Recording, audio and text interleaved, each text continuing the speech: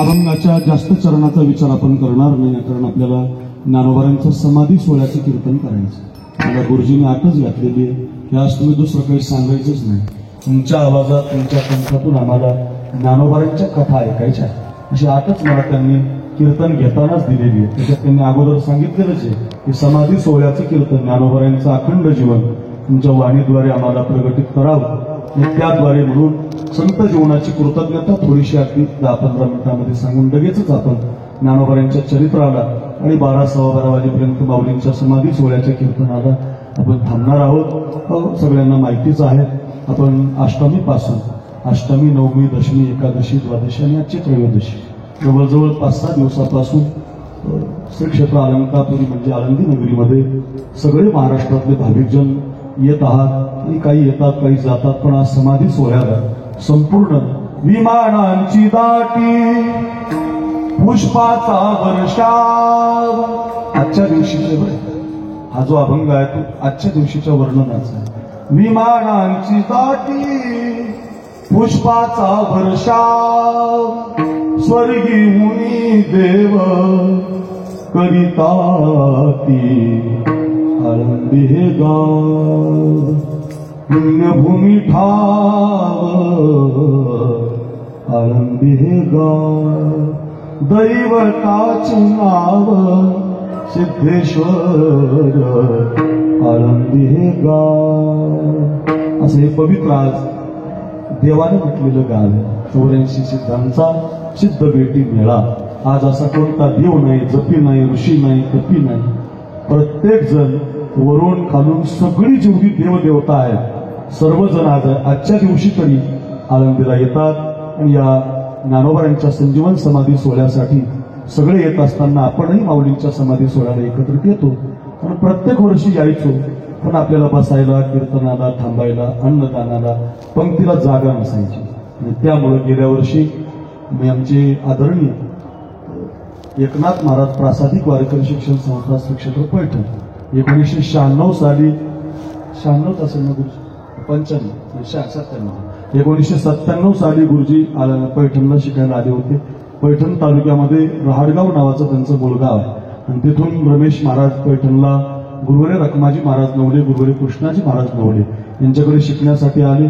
जोग महाराजांची एक फांदी म्हणजे आमची संस्था आहे पैठणची. जोग महाराजांची जी संस्था आहे त्याच्याच परंपरेमध्ये गुरुवरे मोठे महाराजही शिकले, आणि त्यानंतर गुरुवरे आमचे कृष्णाजी अण्णा पण शिकले. आणि जोग महाराजांचीच परंपरा त्यांनी आता जवळजवळ 40 वर्ष संस्थेला त्या पूर्ण होत आहे. परंपरा तशीच आहे. पहाटे काकडा विद्यार्थ्यांचे शिक्षण, जशी जोग महाराजांची परंपरा तशीच परंपरा.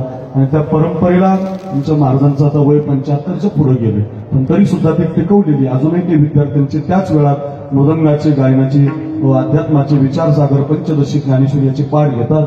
आणि त्या संस्थेमध्ये गुरुजी 1997 साली आले आणि मी 1998ला गेले. मी माझ्या अगोदर गुरुजी गेले. मी गेल्यानंतर गुरुजींना चांगलं धोतर त्यावेळेला नेसता येत होतं. ते नेमकं शिकायला लागले होते आणि मी गेल्यावर मला काही धोतर येत नव्हतं.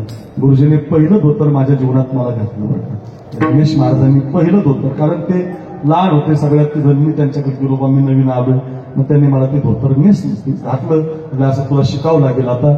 आणि तेव्हापासून जे दोघं जण आम्ही मित्र झालो, तर बघा आतापर्यंत दोघांची तशीच मैत्री, तसंच शक्यतो आहे. आणि त्यामुळं अगदी तिथून प्रवास सुरू झाला. त्यांनी मग तिथं आमच्या गुरुवरी अण्णांकडे पकवास शिकता शिकता, महाराजांचा आशीर्वाद घेता घेता एवढा तयार पकावच केला की त्या काळात आमच्या भोग महाराजांची कीर्तनं, त्या काळामध्ये मग जेवढी विद्वान कीर्तनकार असतील त्यांची कीर्तनं फक्त वाजवायला आमचे रमेश महाराज गोरे गुरुजीच असायचे. त्यांचा हात, त्यांची ती चपळाई, त्यांचं धुंदुळकट तुम्ही आता वाजवलं, हार भारी वाजवायचे महाराज. आणि मग ते कीर्तनं वाजवता वाजवता महाराष्ट्रभर त्यांचं नाव झालं त्या काळामध्ये ज्ञानाची बाबा. आणि मग ते नाव झाल्यानंतर पुढच्या शिक्षणासाठी गुरुवर्य महाराजांनी, अण्णांनी त्यांना श्री क्षेत्र आळंदीला पाठवलं. तिथं आल्यानंतर शांतीब्रह्म मारुती बाबांचा आशीर्वाद त्यांना लाभला, गुरुवर्य मारुती बाबांचा आशीर्वाद लाभला. आणि इथं शिक्षण घेता घेता पंडित दासोपंत स्वामी असतील, अनेक गुरुवर्यांकडे त्यांनी शिक्षण घेतलं. म्हणजे शिक्षण पूर्ण झाल्यानंतर 2003 साली त्यांनी मृदंगाची सेवा करायला सुरुवात केली. आणि विद्यार्थ्यांना आपल्या जीवनातला हा मृदंग देण्याचं काम रमेश महाराज गोरे गुरुजींनी निस्वार्थपणाने केलं. अगोदर आपल्या सगळ्यांचे गुरुवारी वैकुंठवासी जोग महाराज संस्थेचे पांडुरंग महाराज वैद्य बाबा हे फ्री क्लासेस घ्यायचे, म्हणजे विद्यार्थ्याला फीस नाही. कोणी फीस द्यायची नाही, क्लासला जायचं. देवीदास धर्मशाळेमध्ये बाबा क्लास घ्यायची.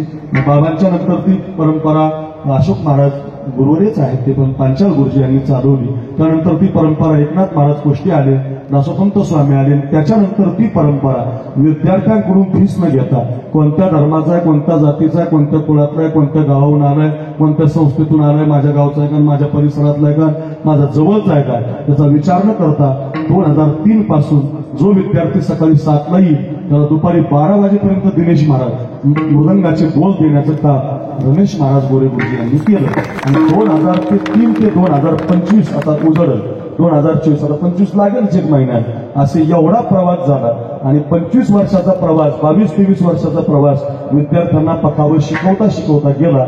आणि 2024 साली मागच्या महिन्यात आमचे महेश पंडित बसले तिथं. हे फार मोठे भविष्यकाळ आहे. त्यांच्या आई वडिलांचा ज्या वेळेला सोहळा केला होता त्यावेळेला मीच तर आईबद्दल व्याख्यान केलं होतं, मला आठवतं एक 5-10 वर्षापूर्वी. आणि फार ज्योतिष फार तयार आहे, सगळे महात्मे त्यांच्याकडे येतात, विचारतात, त्यांना त्याचा अभ्यास त्यांनी केलेला भविष्याच्या पुराणाचा. आणि त्याद्वारे महेश पंडित सरांचं जे मोठं कार्य आहे पिंपरी चिंचवडमध्ये, त्याद्वारे यावर्षी गुरुजींना हा मृदंगरत्न म्हणजे समाज मृदंगरत्न पुरस्कार त्यांनी मृदंगाची सेवा केल्यामुळे यावर्षी प्राप्त झाला. म्हणून मी थोडंसं त्या पुरस्काराच्या बाबतीत बोलत होतो. आणि मग त्याद्वारे त्यांना तो पुरस्कार मिळाला. असे विद्यार्थी घडत गेले. आता आमचे कृष्णा महाराज राऊत आहे, संतोष महाराज वनवे शास्त्री आहे, ही जी मुलं आहेत ती गुरुजींकडेच राहायला होती. आज महाराष्ट्रभर ती कीर्तनं करतात, गायन करतात, मृदंग वाजवतात, अशी खूप आहेत. एक आव्हानं बळी राहते. याच्यात बसलेल्यापैकी आमचे रामेश्वर महाराज बरोबर गुरुजींकडे होते, आमचे पांगरे महाराज गुरुजींकडे होते. तयार झाले महाराष्ट्रामध्ये असे हजारो विद्यार्थी गुरुजींच्या दालनातून तयार झाले. फार छोट्या रूममध्ये राहायचे, खापरे धर्मशाळेमध्ये पोरांना बसायला जागा नसायची. पण त्या कालखंडात स्वतःच्या राग लावून काहीच न आणणार आमचा रमेश महाराज आता ही 5 मजली बिल्डिंग उभी राहिली. माऊलींची कृपा झाली त्यांच्यावर. त्या विद्यार्थ्यांची सेवा फळाला आली. आणि 20-25 वर्ष कष्टातून जीवन कष्टमय घालता यावर्षी खरं तर राहायला आले नाही. आतापर्यंत भाड्यानेच राहत होते. आणि मग आता त्यानंतर इथं रिकामी जागा आहे, माझं घर झालंय. त्यासमोर आता आपल्या झालेल्या सेवेची कृतज्ञता म्हणून ज्ञानोबांची सेवा आपल्याला घडली पाहिजे असा एक उद्देश गेल्या वर्षी त्यांच्या मनामध्ये आला. आणि त्या निमित्तानं आपल्या संस्थांना एक चांगला कार्यक्रम आपल्या फळावरती, हा फळ माझा नाही, हा फळ आपल्या सगळ्या गुरुबंधूचा असला पाहिजे.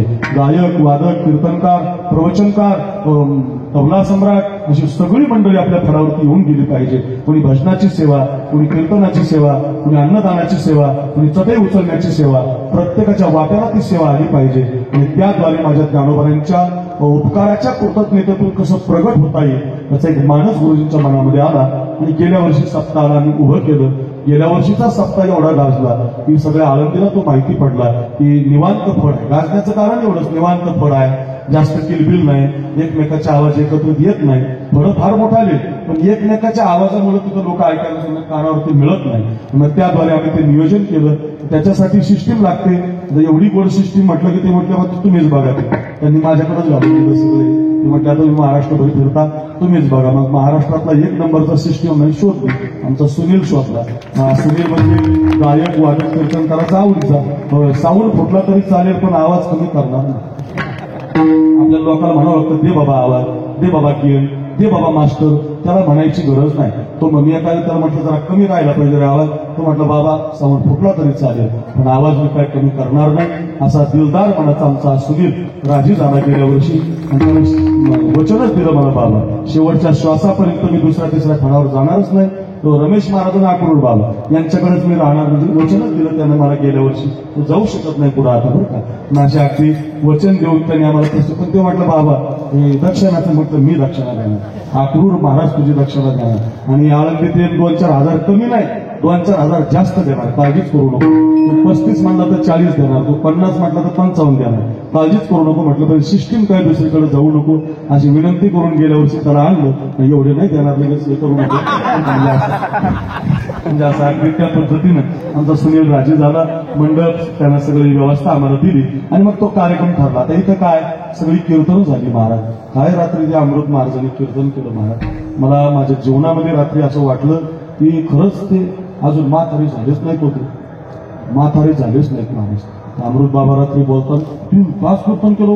6:30 कीर्तन सुरू झालं, 6:15 6:30 ते 9:10 ते बोलत होते. मान एवढा वेळ कीर्तन केलं आम्ही. त्यानंतर लबडे महाराजांच्या फळावर कीर्तनाच्या मिटिंगला गेलो. आमची मिटिंग होती त्यावेळेला तिथं गेल्यावर अमृत महाराज म्हटल्यावर मी एवढं कीर्तन करत नाही, पण त्या जागेवर त्या सिस्टीमवर त्या फळावर मला काही वेगळाच आनंद मिळाला रे. म्हणजे ही जागाच आता ज्ञानोबारायांनी पवित्र केली गुरुजी. त्यामुळे इथं रंगदेवता नागपूर महाराज जाणवला गेलं, रंगदेवता आणवला गेलं, कैलासवाली काय नव्हतं असं काही नाही. इथं रंगदेवता निर्माण झालेली आहे. असं व्यासपीठ तयार झालं गेल्या वर्षीच्या पुण्याईनं. आणि त्यामुळे अगदी सगळी कीर्तनकार सगळे गायक वादक आपल्या मनानं फोन न करता आमंत्रण न देता सगळे आमच्या गुरुजींच्या फळावर यायला लागले. आपलाच फळे महाराज या संबंधातून आपण सगळेजण येत आहे. आता एखाद्याचं नाव घेतलं तर एखाद्याचं याच्यात राहण्याची शक्यता आहे. मला तसं आता राहिलेल्या कीर्तनातले हळूहळू घेत राहील, पण तरी सुद्धा आता वेळ जाईल आपला, त्याच्यामध्ये आपल्याला पुढे जायचं आहे. पण अगदी सगळ्यांनी तो सप्ताह झेलून धरला. गेल्या वर्षी थोड्या अडचणी आल्या, अन्नदानाची पंगत असेल. आता इथं सगळे लोक आम्ही काय आपलं बाकीच्या ठिकाणी आपण पाहतो सीमित जेवण असतं, जेवढे लोक आहेत तेवढ्या पुरतं जेवण असतं. पण आता गुरुजींचे गुरुबंधू शिकलेले विद्यार्थी आले की मग त्यांना गुरुजी थोडी म्हणतात तुम्ही जाऊ शका, जा बा इथं उडालंय आमचं पूर्ण नाही बा, असं नाही. दातला दुकान भेटी आली असिदान संत उदार उदार भरली अनंत भांडार. मागे त्याशी पुढे तिथे यायचं मला. आणि धनी आणि काशी उरे, जो येईल त्याला पण, जो मागून येईल त्याला पण, जो राहिलाय त्याला पण. रात्री 12 वाजता मी गुरुजीला फोन केला, मी अजून खाल्लंच नाही. या म्हटलं शिल्लकच आहे. म्हणजे सगळ्यांना पुरेल एवढं अन्नदान करण्याची जबाबदारी गुरुजींनी घेतली. खरं सांगू तुम्हाला हे सगळ्यात महत्वाचं आहे. आणि मी गुरुजींना गेल्या वर्षी म्हटलं आपण आता एक काम करू, काल्याची पंगत तुम्ही अशी कुणाकडून घेऊच नका. आपण सगळेजण 2000, 5000, 100, 200, 10 रुपये कारण आलेल्या लोकांना वर्गणी देता येते. आणि त्या वर्गणीचं काहीतरी दुसरं करण्यापेक्षा त्या वर्गणीचा महाप्रसाद करू, समाधी सोहळ्याच्या दिवशी त्याची पंगत करू आणि सगळ्यांच्या माध्यमातून सगळ्यांच्या मुखात कसं अन्नदान जाईल. म्हणजे पहिल्या दिवसापासून आलेली वर्गणी त्या कामालाच लावायची, अन्नदानालाच लावायची. कारण सगळ्यांचं मत एवढंच आहे, आमचं काहीतरी घडलं पाहिजे, आमचं काहीतरी इथं मिळालं पाहिजे, आमच्या हातून काहीतरी घडलं पाहिजे. आणि मग त्याद्वारे आम्ही हा उपक्रम राबवला. महाप्रसादासाठी गुगल पे काय, फोन पे काय, तुम्ही जी वर्गणी देताय. आणि खरं सांगतो, माऊलीची शपथ घेऊन सांगतो, अक्रूर महाराज काय, रमेश महाराज काय, तुम्ही दिलेल्या वर्गणीचा एकही रुपया आमच्या संस्थेला आम्ही लावणार नाही. ती समाधी सोहळ्याच्याच अन्नदानासाठी, पंक्तीसाठी पुरतच नाही महाराज, पुरतच नाही. मी सहज गुरुजीला काल विचारलं किती पंक्तीवाल्यांनी पैसे दिले, म्हटलं 35,000 रुपये दिले. खर्च किती आला म्हटलं 40,000. 5,000 तोटाच आला कडे. म्हटलं जाऊ दे, पुढच्या वेळेस बघू, अजून हिशोबात बघू काय होईल ते बघू. म्हणजे इथं पंक्तीला 50,000 रुपये खर्च येतो. तर सरासरी नाही. कारण आता तुम्हाला वाटतं एवढेच लोक आहेत, एवढे नाही. हे तुम्ही जेवढे की पुन्हा एवढे जेवायला मला आरोग्याचं गणितच माहिती नाही. कीर्तनात एवढेच असतात. जेवायला तुम्ही रात्री पाहिलं असेल, जेवायला बसल्यानंतर 3 पंक्ती झाल्या तरी तेवढेच लोक असतात. आणि ते काही कुणाला जा म्हणू शकत नाही, त्यांचा तो स्वभाव नाही, त्यांच्या ते रक्तात नाही. ते त्यांच्या बरोबर आता जवळजवळ 25 वर्षाचा आहे. ते जेवण दिल्याशिवाय तुम्हाला इथून जाऊ देणार नाही. म्हणून अगदी असं व्यक्तिमत्व आणि त्या संबंधातून हे उभं राहिलं. आणि मग आता तो फळ रामचंद्र बाबा एवढा गाजायला लागला होता. हे सगळे कलाकार ते बलवंत महाराज आले. आज त्यांचा पोरगा आला, तो पोरगा काय तबला वाजवतो महाराज हा पोरगा. अरे रे, त्याचा नुसता तबला जरी वाजवताना पाहिलं मला फेटच काढून ठेवा वाटतं. बाप रे, काय तबला वाजवतो. त्या जैन गुरुजींकडून त्या बाहेरच्या राज्यात, बाहेरच्या देशात अरे फार अफलातून मंडळी आज जमा झालेली आहे. काय तुमच्या पुढे मी बोलावं आता सोमनाथ महाराज तुम्ही पैठणला अध्ययन करता शिकवतो. एक एकावणी बळी तुमच्या पुढे मी सांगावं असं माझ्याकडे काही नाही. वंचारच चाले मला येतात, वंचार काय बोलावं तुमच्या पुढे मी. तुमच्या पुढे मांडावं एवढी विद्वत्ता नाही. फक्त माऊलीनं मला थोडा कंठ गोड दिलेला आहे. आणि थोडीशी माझी आमच्या गुरुवारी रखमाजी महाराजांची कृपा झाली. त्या चाली आणि त्या कथामुळे तुम्ही आम्हाला तर हाताच्या फोडाप्रमाणे जपलोय. एवढंच मला येते. आता तेच सांगणार, दुसरं काही मला येत नाही. पण अगदी तुमच्या सगळ्यांचं काय आता ताकापुरतच माझं आहे. पण तरी सुद्धा तुम्हाला सगळ्यांच्या चरणी महाराज आता एक एकावन्न बळी रे. कोण कोणाचं वर्णन करू, कोण कोणाचं काय ते दिनेश महाराज वाजवतात. सगळेजण तुमच्याकडेच पाहतात. हो दिनेश महाराज माझ्याकडे कमी पाहतात, तुमच्याकडे जास्त पाहतात. काय वाजवलं, काय त्या कैलासबाचं गाणं, नामदेवाचं गाणं, प्रभावच्या बळीरामचं गाणं, अनिरुद्धचं गाणं, संतोष महाराज काय महाराज रात्री ती चाल, रात्रीचे तू सदानंदनी गायलं. असा एक एक गायक. आणि गुरुजी यावर्षी फार नवल झालं. असा आळंदीतला टॉप गायक आणि टॉप वादक राहिलाच नसेल तो आपल्याकडे आलाच महाराज. सेवा करता आली नसेल, वाजवता आलं नसेल, कष्टा पण इथं भेटूनच गेलाय. या भूमीला आशीर्वाद देऊनच गेलाय. काय त्यांचं भाग्य आहे गुरुजी. वा, भाग्यवान असावा आमचा रमेश गुरुजी सारखा असावा. एवढे लोक महाराज ज्ञानोबांचं दर्शन घेतल्यानंतर चला रमेश गुरुजींच्या फळावर, चला रमेश गुरुजींच्या फळावर. काय सोहळा आहे, काय कीर्तन आहे, काय भजन आहे, काय नमस्मरण आहे, काय गायक आहे, काय वादक आहे, अवर्णनीय, निशब्द, अलौकिक, सांगताच येणार नाही, शब्दात बसणार नाही असं वर्णन आमच्या गुरुजींनी या ठिकाणी उभं केलं. आणि त्याला माझाच मित्र असल्यामुळं, सखा असल्यामुळं काल्याची आणि समाधी सोहळ्याची सेवा महाराजांच्या माध्यमातून माझ्या वाट्याला असते.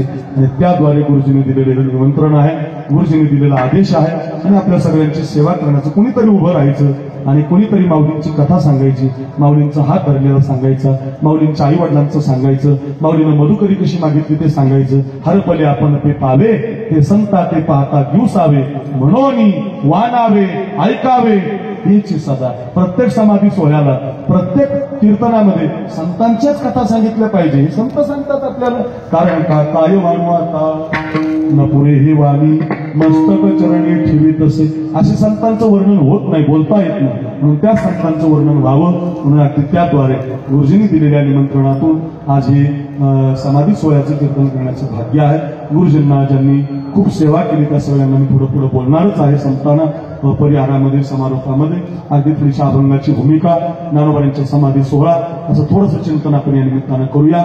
सगळ्यांची नावं घेऊ शकत नाही म्हणून पुन्हा एकदा सगळे बरं का, या लाईनचे सगळे एक एका होणं बळी रे. सगळ्यांसाठी एकच म्हणतो, मस्तक माझा पायावरी,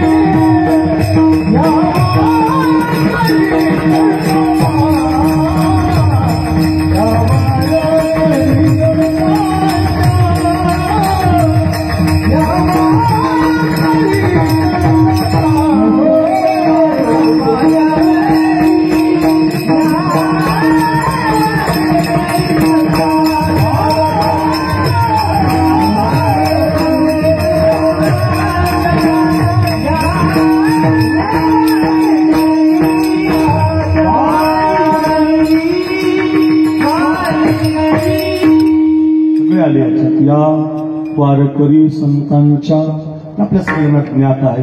या संप्रदायामध्ये कीर्तन करत असताना अभंग निवडला की त्याचं चिंतन सांगावं लागतं.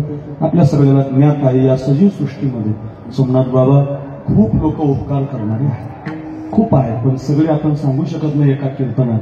उपकाराचे काही सुभाषितानं वर्णन केले. परोपकाराय वहंती नद्या, या देशातली गंगा उपकार करते, या देशातली गंगा उपकार करते आपल्यावरती. का पीडित पापता ओकित त्रीचे पादप, समुद्रा जायाप गंगेचे जैसे, वाची म्हणता गंगा गंगा, वाची म्हणता गंगा गंगा, सकळ दोष जाती भंगा, सकळ दोष जाती भंगा, दृष्टी पडता ब्रह्मगिरी, दृष्टी पडता ब्रह्मगिरी. ही जी चाल आहे ती आमचे गुरुवर्य रखमाजी महाराज नवले यांची चाल. जसा अभंग गंगा जशी वाहते तशीच चाल कशी वाहते. वाची म्हणता गंगा गंगा, सकळ दोष जाती भंगा, सकळ दोष जाती भंगा, दृष्टी पडता ब्रह्मगिरी. डाकणे बाबा या चालीतच त्याचा अर्थ करतो. काय पूर्वीची संतांची आपल्या परंपरा आहे सोमनाथ महाराज, चालीच इथंच अर्थ कळायचा. किती गोड बघा. तुम्ही वाचन नुसतं धर्मशाळेतच आहे, थोरकवालेमध्ये कारवा धर्मशाळेत नाही इंद्रायणीला जाता आलं आणि तिथलं गार पाणी आपण अंगावर घेताना गंगा गोदावरी नर्मदा का, म्हणजे याचा अर्थ असा जाऊ नका घेऊ नका, अर्थ असा गेलंच पाहिजे. पण नाही जाता आलं, थंडीचं तुम्हाला जमत नाही शरीराला, तर नुसतं गार पाणी घेताना सुद्धा गंगा गोदावरी, नर्मदा, कावेरी, तुमची जी आवडीची कोणत्याही गंगेचं नाव घेतलं बलवंत बाबा.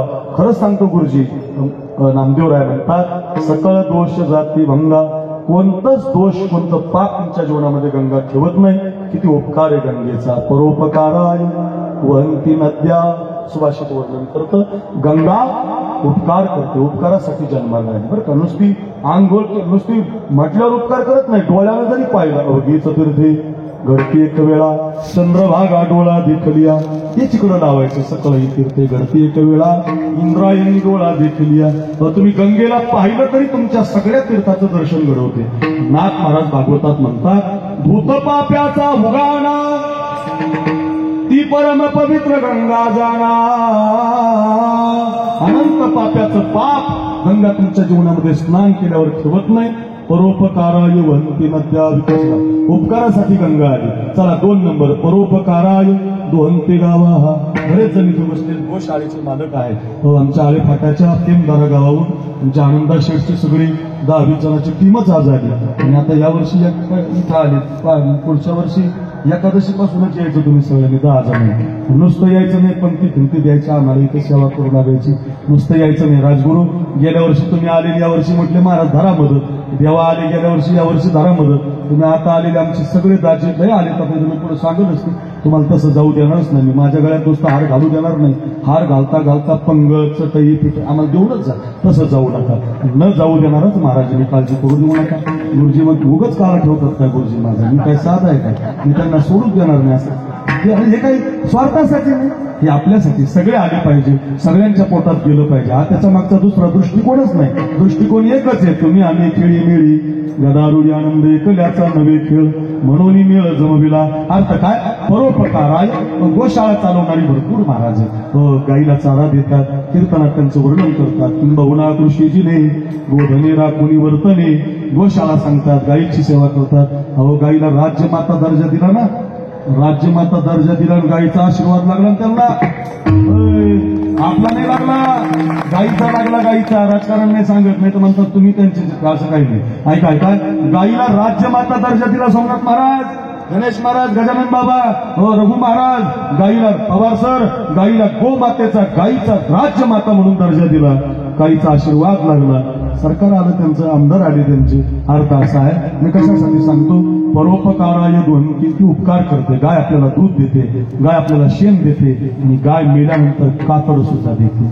उपकार करते आपल्यावरती. गंगा उपकार करते, गाय सुद्धा उपकार करते. चला परोपकाराय फलंती वृक्षा, झाडं उपकार करतात, आपल्याला ऑक्सिजन देतात, आपल्याला फळं देतात. परोपकाराय आणखी पुढे सांगू या परमेश्वर बाबा दत्त महाराज ऐका काय सांग, उपकार करतात, झाडं उपकार करतात. परोपकाराय फलंती, फलंती म्हणजे फळं देतात आपल्याला, मोसंबी देतात, आंबे देतात, द्राक्षे देतात, फळं देणारी झाडं आहेत. पुढे सांगू, नुसता झाडच नाही उपकार करत, माणसं सुद्धा उपकारासाठी जन्माला आलेली आहे बरं का.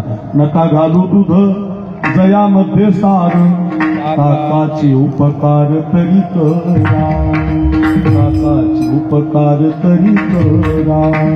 नेदा तरी हे हो नका देऊ अन्न, नेदा तरी हे हो नका देऊ अन्न, नेदा तरी हे हो नका देऊ अन्न. सुखाची जीवन तरी पाजा, सुखाची जीवन तरी पाजा, तरी पाजा, तरी पाणी तरी द्या.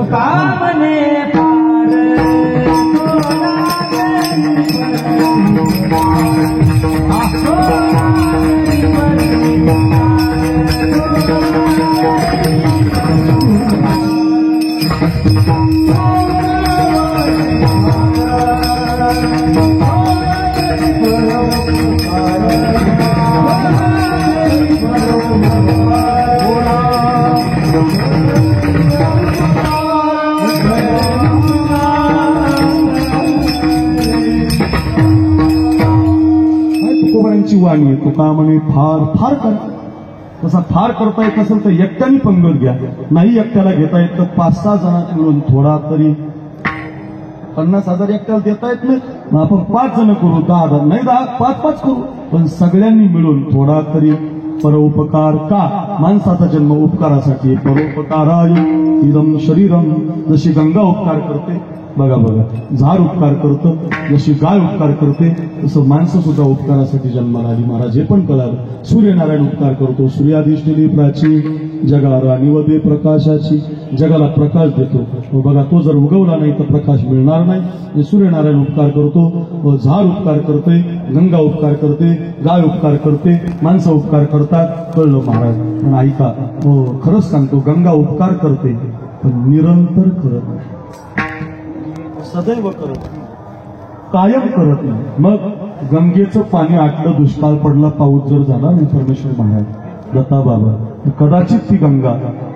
तिचं पाणी आटल्यावर तुम्हाला उपकार करू शकत नाही तुमच्या शेतीला तुम्हाला प्यायला तुमच्या उद्धाराला ती पाणी देऊ शकत नाही ती जर आटली तर तिचा उपकार करते पण नित्य ती उपकार करू शकत नाही म्हणून तिच्यासाठी गात्यात अभंग नाही काय सांगू आता गंगेचे उपकार नाहीच का नाही कारण ती निरंतर उपकार करत नाही सदैव उपकार करत नाही चला पुढे चला गाय उपकार करते बळीराम ढाकणे बाबा काय उपकार करते गाय दूध देते शेण देते मेल्यानंतर कातड सुद्धा देते गुरुवर्य संजय महाराज पाचपूर बाबा 2 तास गायीबद्दल कीर्तन करतात सेवा करतात आपण त्यांचे ऐकतो गातो अर्थ असा आहे की त्या गायीचं वर्णन केलंय पण तिच्यासाठी गात्यात अभंग नाही काय सांगू आता गायीचे उपकार का नाही त्याचं कारण दूध जर आटलं तिचं तर तिचाही उपकार निरंतर ठरत नाही म्हणून तिचाही उपकार निरंतर नाही झाडं फळ देतात आपल्याला पण तुम्हाला आता आंबा खायचा म्हटलं तर माझा भेटेल स्लाईस भेटेल पण तुम्हाला आंबा भेटणार नाही आंबा चैत्रात अक्षय तृतीयेला मिळेल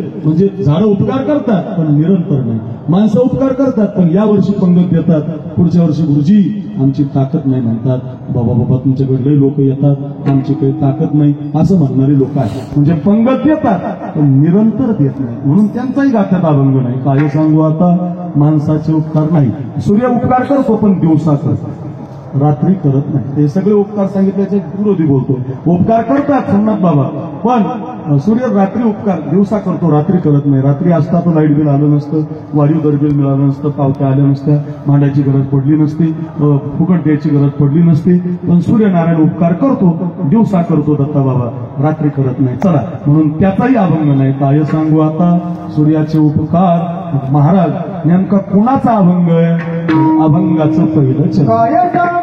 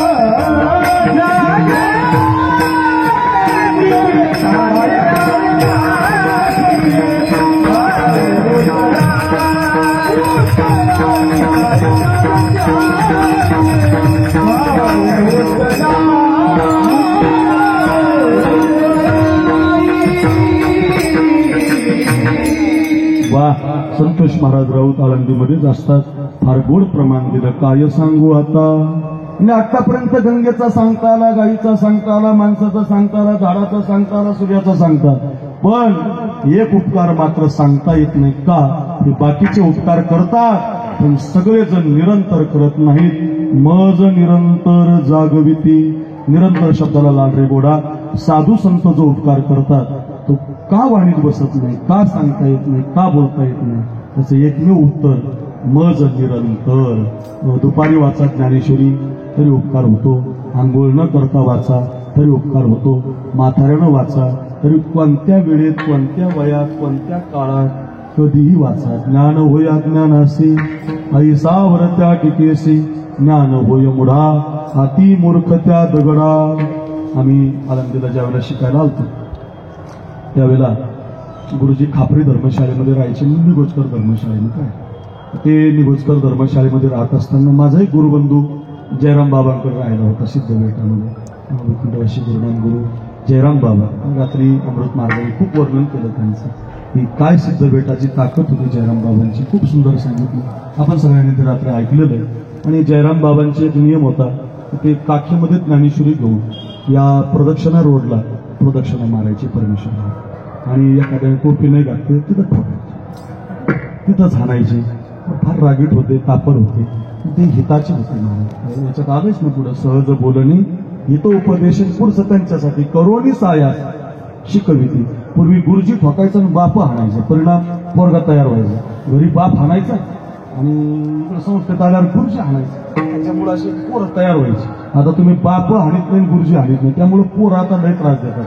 काय त्रास देतात तुम्ही सध्या, आता सगळे प्रवास करणारी महाराज आहे, त्याच्यात सगळी दिग्गज बसलेली आहे, रोज गाडीमध्येच कीर्तनाला आहे. तुम्हाला सध्याचा एक प्रॉब्लेम बघा काय माझ्या जीवनात मला आलेला, तुम्हालाही रोज येत असेल. मोटरसायकलवर पोरं गाडी चालतो ना, तर आपण मागून त्याला हॉर्न वाजवला राजगुरू बरं का, सिन्नरकर आपण सगळी, माझे जीवलग तरी आमचं मोबाईलवाले सगळे आपण विठ्ठल शेठ ऐका ऐका, हॉर्न वाजवला की आता पोरगा बाजूला सरकत नाही. परमेश्वर तुम्ही बघून मग 2-4 वेळा हॉर्न वाजव, पोरगा बाजूला सरकत नाही, तुम्हाला अडवाई. अरे जास्त झालं काय, तुझ्या बापाचा रस्ता आहे. अरे हॉर्नच त्याच्यासाठी राजा तू बाजूला सरकला पाहिजे ना, आम्ही लोक आहे मागचा त्याच्यासाठीच हॉर्न वाजवत असतो, त्याच्यासाठीच हॉर्न बजाव, याचा तो आपल्याला दमदाटी करतो.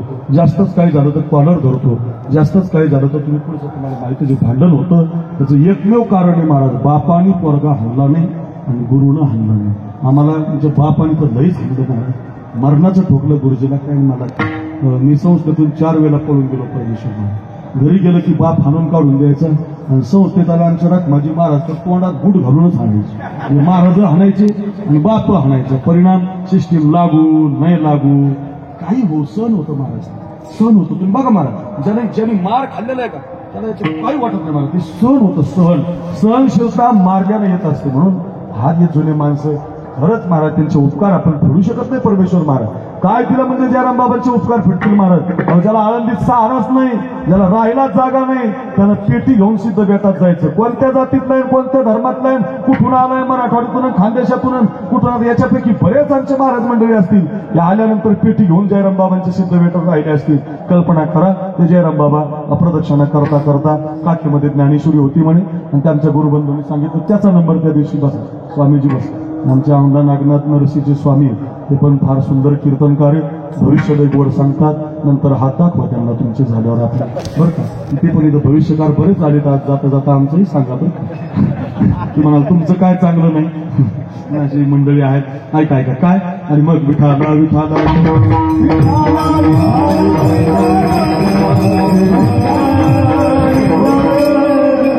आमच्या गुरुबंधूंनी सांगितलं, बाबा असे चालत असताना बाबांच्या पाठीमागं मी चालत होतो, आणि एक 60-65 वर्षाचा म्हातारा बाबांच्या पाया पडला, आणि बाबांना ती मध्ये रस्त्यात कुणी आलेला जमत नव्हतं, लोटूनच दिला. जसा लोटून दिला तसं ते म्हातारा म्हटलं, बाबा माझ्या पोराने मला काढून दिलंय हो, मला लोटू नये. बघा, ज्याला सगळे काढून देतात का त्याला एकच व्यासपीठ जगात सांभाळतं. सगळे म्हटलं बरोबर, ज्याला कोणी सांभाळत नाही जगात त्याला एकच व्यासपीठ सांभाळतं, ते म्हणजे माझ्या माऊलीची आळंदी. बस म्हणूनच नाराबाई माझी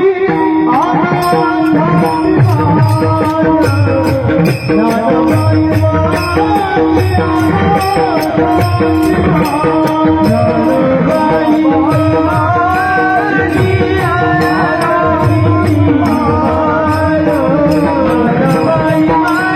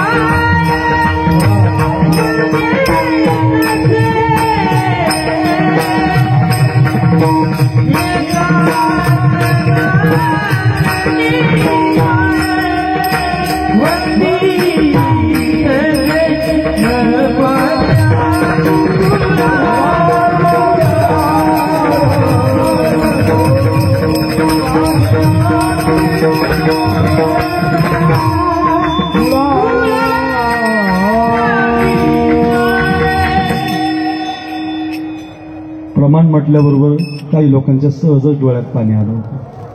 सहज आलं मला. उपकारच तेवढे तो माऊलीचे नाव. ज्ञानाबाई माझी अनाथाची माय. अनाथ कोणाला म्हणतो आपण? त्याला कोणी नाही, त्याचा कोणी नाथ नाही. अशा अनाथाला माऊली सांभाळतात. 40 फुटी रोडला झांबरे महाराजांचं एक घर आहे. तिथे पत्र्याचं शेडमध्ये मी 5-6 वर्ष आळंदीला असताना राहिलो. आणि गुरुजींकडे आमचे विष्णू महाराज क्लासला यायचे. आणि मी संस्थेत पहिल्यावर 2ऱ्या वर्षाला मला आठवलं म्हणून सांग. ते एकादशीचा दिवस होता. हा कठीण परिस्थिती होती. 2001-2ची घटना आहे. आणि सकाळपासून ते संध्याकाळपर्यंत काही फळाचंच मिळालं नाही. खायलाच काही भेटलं नाही. बरं, वय करून 8वी-9वीचं भूक लागायची, सगळ्यांनाच लागायची. भूक लागली, सकाळ झाली, दुपार झाली, संध्याकाळ झाली. कुणाला मागावं, काय मागावं, कुणाला काय खायलाच नाही. परमेश्वर माझ्या जीवनात घडलेली घटना आहे. खायलाच भेटलं नाही. भूक लागली की माठावर जायचं, काय पाण्याचा ग्लास घ्यायचा, पाणी प्यायचं. विष्णू महाराजांनी 1 ग्लास प्यायचा, मी 1 ग्लास प्यायचा, दोघांचा आमचं. आणि मग असं करता करता 8 वाजले संध्याकाळचे. एक काम करू म्हटलं, माऊलीचं मंदिर आता आपण जाऊ म्हटलं मंदिरात.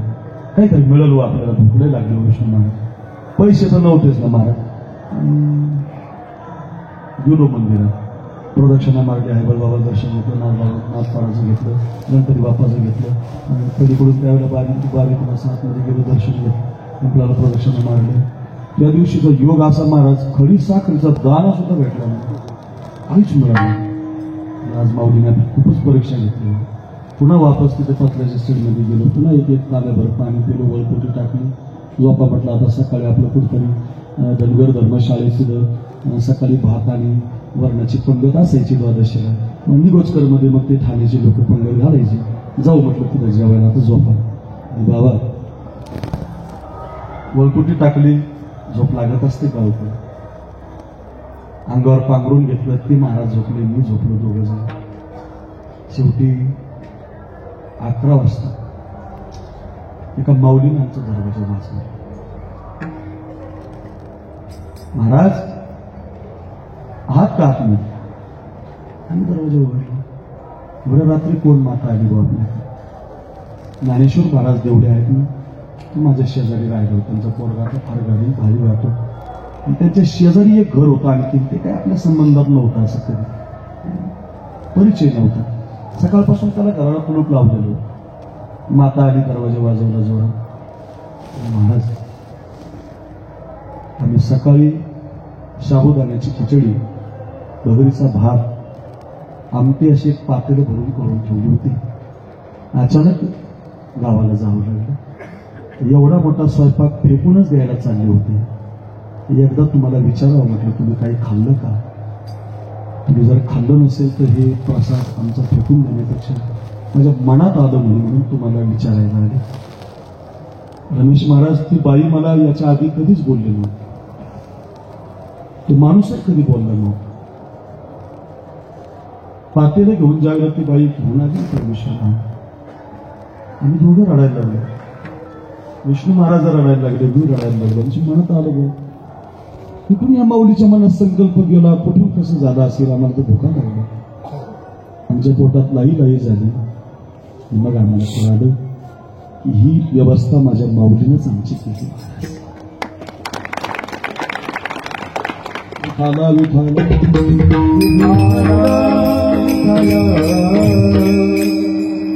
त्यावेळेसच कळालं, ज्ञानाबाई माझी अनाथाची माय. हे माझ्या बाबतीत नाही, तुमच्या सगळ्यांच्या बाबतीत घडलं. आणि माझं सांगितलंय, प्रत्येकाला आलेलं आहे अनुभव. इथं बसलेल्या जे आळंदीत 10 वर्ष 15 वर्ष ना, त्यांनाही अनुभवलेलं आहे का ज्ञानोबा अनाथाची माळ आहे. चला, किती उपकार सांगण्याचा प्रयत्न केला, किती बोलण्याचा प्रयत्न केला, तर ते मज निरंतर. आणि मग ते प्रदक्षिणा मारत होते. बाबा म्हटले, बाबा आम्हाला काढून दिलंय. आपल्या आळंदीत बरेच जुन्या काळात परमेश्वर महाराज, तुम्हाला आठवत असेल दत्ता महाराज, आपण ज्यावेळेला नेमकं गुरुजीकडे क्लासला जायचो बरं गुरुजीकडे, त्यावेळेला त्या काळामध्ये तुम्ही पाहिलं असेल बरेच मायबाप पोरांनी काढून दिलेले धर्मशाळेत राहायचे. धर्मशाळेत ते राहायचे, संस्था सांभाळायचे, दोघं जोडी असायची. मी म्हातारं म्हटलं, बाबा मला काढून दिलं ना, तर तुम्ही मला लोटायला लागले. बाबा म्हटले, का काढून दिलं? म्हटले, मला खोकला जास्त येतो म्हणून मला काढून दिलं पोरानं. म्हटलं, अरे मग आता एक काम कर, ज्ञानेश्वरी घे. संत कसे निरंतर उपकार करतात. पहिल्या चरणासाठी कथा सांगतोय मी तुम्हाला. आणि ती ज्ञानेश्वरी विठ्ठल महाराज, गंडागळे बाबा, सचिन बाबा त्या म्हाताऱ्याच्या हातात दिली आणि जयराम बाबा म्हटले, जा अजानोक्षा खाली बस, या माऊलीच्या ज्ञानेश्वरीची पारायण कर, संत तुझं जीवन चालवतील. संतांच्या मुखातून वाक्य निघालं. ऐका मच्छिंद्र बाबा, सत्य घटना आहे.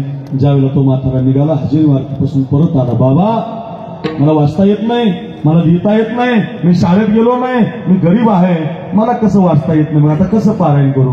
बाबा म्हटले, एक काम कर, लिहिता येत नाही, वाचता येत नाही ना, या अक्षरावर फक्त असे बोट फिरव. आणि बोट फिरवता फिरवता ज्ञानदेवाय नमः, ज्ञानदेवाय नमः, ज्ञानदेवाय नमः एवढंच म्हण. तेवढाच परिणाम झाला. तेवढंच केलं त्यानं. बाबाच्या शब्दावर विश्वास येतो करी, स्वामीवरी सत्ता सकल भोगिता होय त्यांचे संत म्हणतात. अजानुष्याच्या त्या छत्रछायेखाली 65 वर्षाचा म्हातारा रामेश्वर बाबा, भोर बाबा, बलवंत गुरुजी, पांचाळ गुरुजी, ऐका, असे बोट फिरवायला लागला दिनेश महाराज. आणि बोट फिरवता फिरवता 10 वर्षांना चमत्कार झाला. जो कधी शाळेत गेला नाही तो म्हातारा ज्ञानेश्वरी मुप्पाड बोला.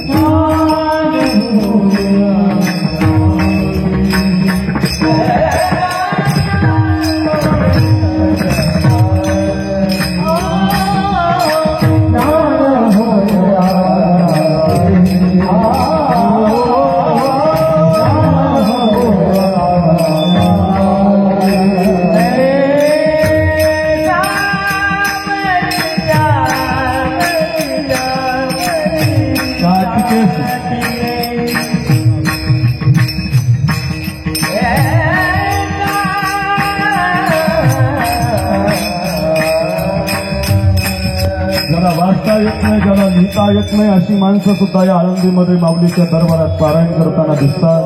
त्यांची घरं आहेत, त्यांचं जेवणाची व्यवस्था आहे. आपण पाहतोय रोज. एकमेव कारण आहे मज निरंतर जागविती. कोणत्या वयातला आहे, कोणत्या देशातला आहे, कोणत्या काळातला आहे, कुठून आलाय त्याचा भेदभाव न करता नुसतं पारायण करत असाल, नुसतं वाचत असाल. ऐका रे, जरी नुसतं वाचता येत नसेल तर नुसत्या अक्षरावर बोट जरी फिरवत असाल तर मज निरंतर जागविती. सारखा उपकार करतात, नित्य उपकार करतात. वा कैलास वा.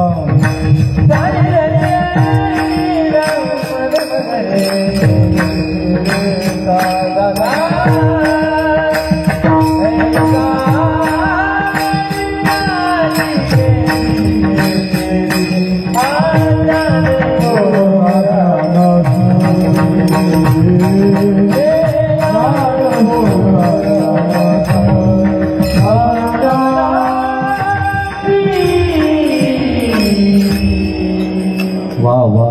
ज्ञान होय अज्ञानाशी ऐसा. पुढचं फार महत्वाचं. ज्ञान होय मुढा, वाचता येत नाही असा. अति मूर्ख म्हणजे मूर्ख, अधिक मूर्ख, डबल मूर्ख. ज्याला गावाकडे काही कळत नव्हतं, आनंदीत आल्यावर पण काही कळत नव्हतं, असं अतिमूर्ख. अतिमूर्ख त्या दगडा म्हणजे आमच्यासारखे गावातून आलेले पण दगड शाळेतही घेतलं नाही. गुरुजीने बापाने काढून दिलं, तरी सुद्धा माऊलीच्या समाधीला कपाळ लागलं, ज्ञानेश्वरीच्या ग्रंथाला कपाळ लागलं. थोड्याशा चाली, थोडंसं गायन आलं, थोडंसं बोलता आलं. तो उपकार केला आपल्यावरती. मज निरंतर जागविती म्हणून काय सांगू आता. तुकोबाराय म्हटले काय बोलू गड्या, काय शब्दामध्ये बसणार नाही. खरंच महाराज मला खरं सांगा, कधी ज्ञानोबारांचं वर्णन होऊ शकतं आपल्या वाणीनं? किती कीर्तनं केली म्हणजे, किती विद्वान असला म्हणजे. अहो फार मंडळी मोठी मोठी होऊन गेली आळंदीत, आज आज आज आहेत, पण नाही गड्या शब्दामध्ये मांडता येणार नाही, बोलता येणार नाही. एवढंच म्हणावं लागेल काय सांगू आता. बोलता येत नाही, शब्दामध्ये बसत नाही, म्हणून काय सांगू आता. संतांचे उपकार. महाराज एखादा तरी उपकार करू त्याला की तो सांगता येत नाही, पण कळायला पाहिजे ना आपल्याला. खरं सांगू, ज्ञानोबारांचा खरा उपकार सांगतो तुम्हाला मी आज, आणि त्याची फार गरज आहे सध्या काळात. त्याच उपकाराची खरी गरज. सगळं चरित्र आता आपण पुढे पाहणारच आहोत, पण मी सांगू तुम्हाला माऊलीचा खरा उपकार. एवढा उपकार माझा घरी घेऊन जा. या वर्षीची वारी सफल करा. घरी गेल्यावर हे तंतोतंत पालन करायचं. कीर्तनकारासहित, गायक वादकासहित सगळ्यांना सांगतो, याचं पालन जर आपण करत असाल ना, यावर्षी माऊली आपल्याला आशीर्वाद देतील. बघा दरवर्षी देतात, पण यावर्षी जरा जास्त भक्कम देतील. काय करावं लागेल ऐका. ज्ञानोबारांचा खरा उपकार सांगतो, पुढे विषय येणारच आहे. माऊलीचा खरा उपकार असा आहे मच्छिंद्र बाबा, ज्यावेळेला माऊली पहिल्यांदा पंढरीला गेली, पहिल्यांदा निवृत्तीनाथ महाराज, सोपान काका तीर्थयात्रा करून आल्यानंतर, तीर्थयात्रा करून आले आणि त्यानंतर ज्ञानोबाराय पंढरीला ज्यावेळेला गेले, सगळे संत ओळखीचे झाले होते ज्ञानोबारायांचे. आणि ज्यावेळेला ज्ञानोबाराय गेले पंढरी, माझ्या मनीची आवडी पंढरपुराणी नगुडी, तेव्हापासून राजगुरू अजूनही जातात बरं. तेव्हा जे गेले पंढरपूरला इथून चालत सासवड मार्गे, आपण नीरा मार्गे, जेजुरी मार्गे, व या मुक्कामाने जसे गेले तसे अजूनही जातात लोक. काय ताकद आहे बघा. 728 वर्षाचा समाधी सोहळा यावर्षी, 728 वर्ष माऊलीला पूर्ण झाली, तरी सुद्धा फक्त माझ्या मनीची आवडी आणि पंढरपुरा नी नगुडी एवढंच वचन माऊलींनी सांगितलं. काय विश्वास आहे आमच्या महाराष्ट्राचा माऊलीवर. अजूनही एवढेच लोक वाढतच चाललेत, पण कमी नाही, माग जातातच. अहो आता झालेले आमदार, आता 10-20 वर्षापूर्वी झालेले मंत्री, 50 वर्षाचे पक्ष, घर दिलंय, खासदारकी दिली, आमदारकी दिली, मंत्रीपद दिलंय, सगळं दिलंय, त्यांच्यावर सध्या त्यांचा विश्वास नाही. समाजात तुम्ही पाहताय 750 वर्ष झाले. माझ्या मनीची आवडी. जागा नाही पंढरपूरला राहायला लोकांना, लोक बसत नाहीत पंढरपुरात. 5-5, 10-10 किलोमीटर मागे थांबावं लागतंय. माऊलीचा शब्द आहे, ज्ञानोबारांचा शब्द आहे, तो वारकरी कधी बोलणार नाही. म्हणून हे ज्ञानोबारांचं गेले. ज्ञानोबाऱ्या पंढरीला झालं असं होतं, आषाढीचा सोहळा होता आणि ज्यावेळेला सगळे संत गेले, फार गोड कथा एवढी ऐका गेल्या सोमनाथ महाराज, तुम्ही एवढे चांगले कीर्तनकारी इथं जमलात म्हणून मला सांगावं वाटतं आता हे. आणि गेल्यानंतर चित्र असं पाहिलं माऊलीनं, वाळवंटातून ज्यावेळेला महाद्वारात गेले परमेश्वर महाराज, तर त्या महाद्वारामध्ये सगळे संत पायरीवर बसलेले. पायरीवर बसणाऱ्या संतांची नावं आहेत. कबीर महाराज, कबीर मोमीन, लतीफ मुसलमान. शेजारी आणखी एक संत होते, त्यांचं नाव होतं चोखोबाराय, ते महार समाजाचे होते. त्याच्या खाली आणखीन एक संत होते जनाबाई महाराज, त्यांची जात अजून कुणालाच माहिती नाही. एवढे ग्रंथ वाचले मी, जनाबाईचं चरित्र सांगतो मी कीर्तनातून जनाबाई महाराजांचं, पण अजून मला जात माहिती नाही, अजून पुढं वर्णन नाही आलं. काही अभंगात आले प्रकर्षानं, पण शब्द नाहीये. जनाबाईला जात माहिती नाही. त्याच्या खालच्या पायरीवर एक कानोपात्रा नावाची मुलगी होती, तिला बाप माहिती नाही, एका वेश्येची मुलगी. सगळ्या संतांच्या कथा तुम्ही युट्यूबला माझ्या ऐकू शकता, आता वेळ नाही आपल्याला. एका पायरीवर कबीर महाराज आहेत. मी माऊलींचा खरा उपकार सांगतोय बघा, आपल्यासाठी आताच्या काळात फार गरजेचा, सगळ्यांनी सांभाळायसारखा आणि सगळ्यांनी एकमेकाला धरून कसं चालावं असा उपकार संतांनी कसा केलाय. फार विचित्र वातावरण झालंय महाराष्ट्रात. आमचाच पाहिजे, आमचाच पाहिजे, नको नको नको, आमचा म्हणून बाकी व्हायला लागली. आमचा असेल तर आमचे 2 घ्या, बाकीचे 4 घ्या, अशी म्हणण्याची भूमिका आपल्याला करावी लागेल. जर तुम्ही ते थांबवलं नाही, तुम्ही जर ते रोखलं, ती जबाबदारी आपल्यावर आहे, तर मग आपल्या संप्रदायाचं थोड्या दिवसानं आपल्याला असं जातीवादामध्ये गेलेलं दिसेल, ते बाजूला करायचंय आपल्याला. आणि तेच ज्ञानोबा आहेत खरे. ज्ञानोबारांनी या जगात काही नाही, सगळ्यात मोठी एवढीच क्रांती केली, न पाहे याती कुळाचा विचार.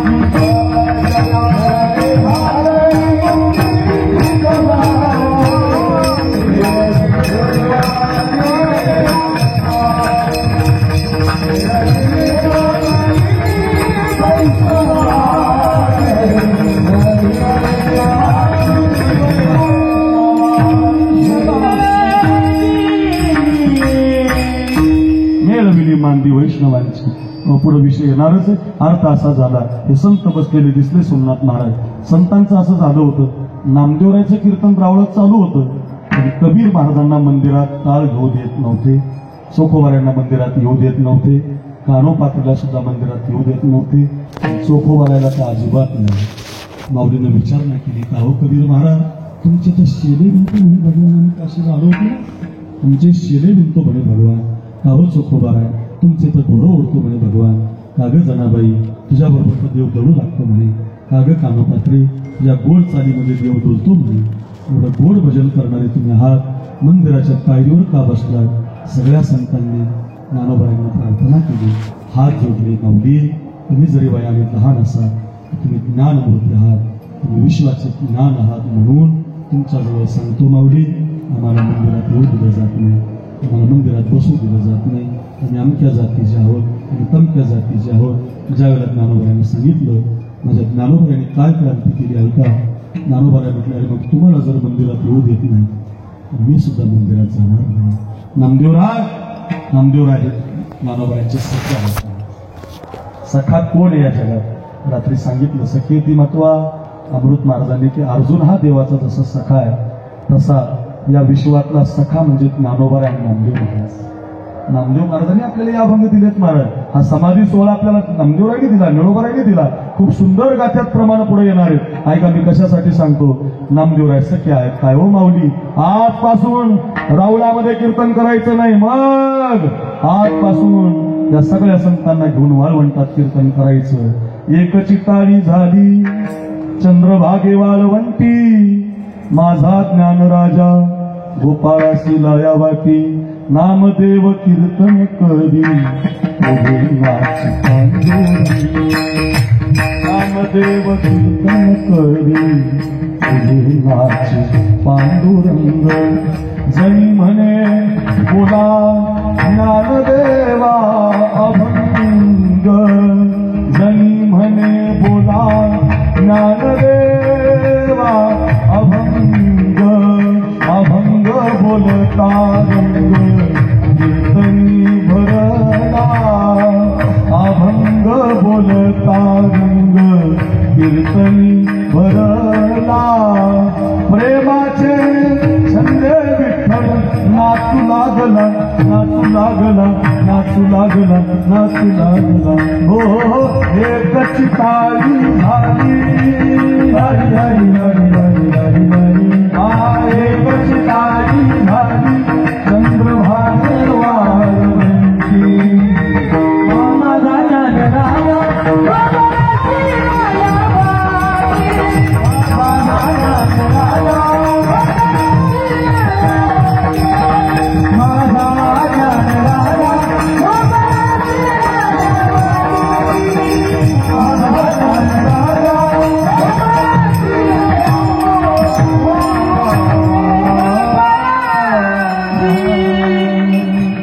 प्रसिद्ध वैराटकर गुरुजींची ठेवणे बघायला आम्ही आळंदीला आलो का, ती 4 जुगलबंदीची कॅसेट आलती त्यांची, त्याच्यात बघा त्यांनी गायलेलं आहे बघा. मी फार जुना महाराज, काळजीच करू नका. तुमच्या तर राहिलो, यांच्या तर राहिलो, नवीन पिढी तरी आहे, मी सोडित नाही मी सगळ्याचा. अर्थ एवढाच आहे, फार जुना आहे महाराज. नामदेव कीर्तन करी नाच पांडुरंग, नामदेव कीर्तन करी नाच पांडुरंग. जनी म्हणे बोला ज्ञानदेवा अभंग, जनी म्हणे बोला ज्ञानदेवा अभंग. अभंग बोलता रंग कीर्तनी भरला. कीर्तनात रंग अभंगानं भरत असतो, कीर्तनात रंग डबल चालीनं भरत असतो. कीर्तनात रंग असा नृत्य हे आमचा तुकाराम महाराज सांगतात बघा, एक कसं नसतं. रंग भरवतोय कैलास बा, नामदेव बा, परमेश्वर बा, हे डबल चाली लावतात, रंग भरतात कीर्तनात. ही आपली परंपरा आहे. कोण म्हणतं रंग भरता येत नाही? मस्त गायलं पाहिजे, मस्त वाजवलं पाहिजे, सगळ्या गायकाने मिळून गायलं पाहिजे. काय काय काय अभंग बोलता रंग कीर्तनी भरला. प्रेमाचे छंदे विठ्ठल नाचू लागला, नाचू लागला, नाचू लागला. हो एकच टाळी झाली, झाली झाली झाली झाली. हा एकच टाळी झाली चंद्रभागे वाळवंटी, माझा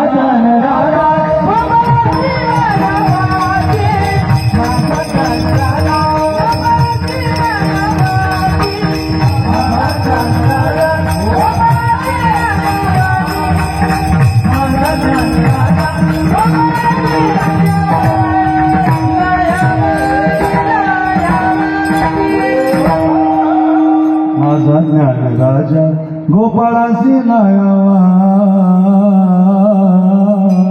असा मस्त अभंग आहे बघा. असंच केलं माऊलीनं. वाळवंटात कीर्तन सुरू केलं. नामदेवराय कीर्तन करायला लागले.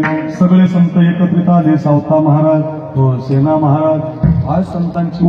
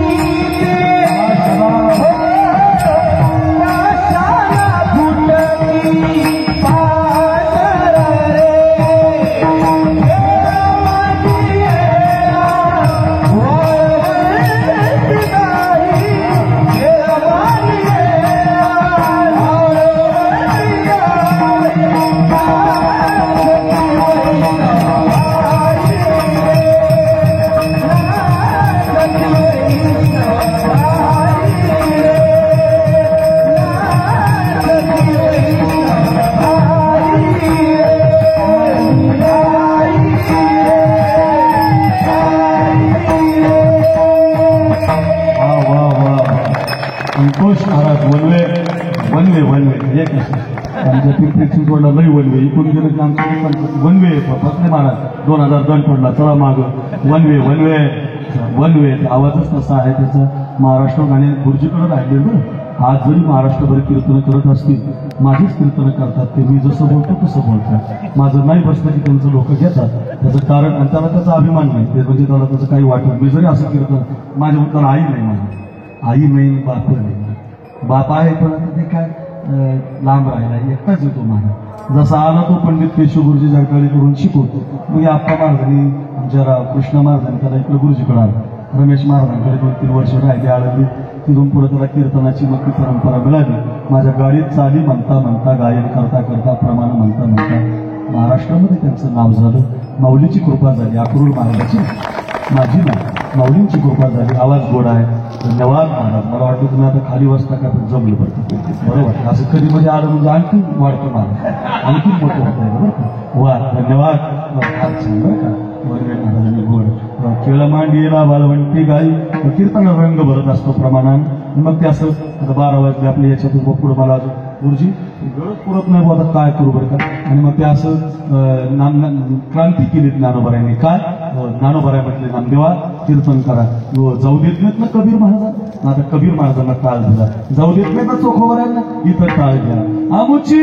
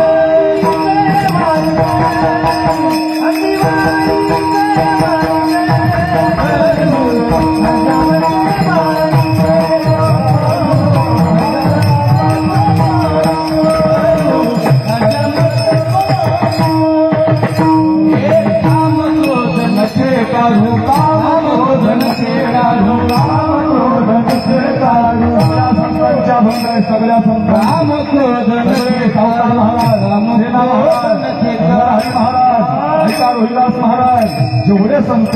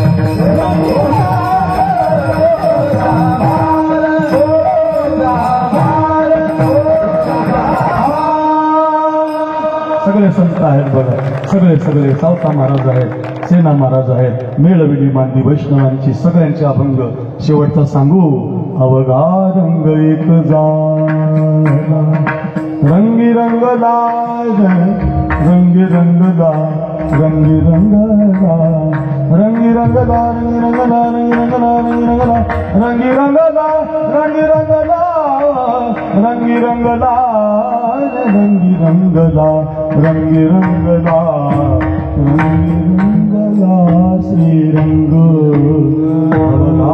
रंग हो म्हणे चोख्याची भारी चोखवाऱ्यांच्या पत्नीला सुद्धा घेतलं माऊलीनं सगळ्यांचे अभंग प्रकाशित केले विश्वाचा मालकच रावळाच्या बाहेर आणला क्रांती झाली आज जगामध्ये सगळे संत सगळी परंपरा आज आपण सगळ्यांचे अभंग घेऊ शकतो सगळ्या संतांची पुण्यतिथी करू शकतो कुणाचा उपकार काय सांगू देवा ज्ञानोबाची ख्याती माऊलीचा उपकार आहे म्हणून काय सांगू आता संताचे उपकार मज निरंतर जागविती ढोपार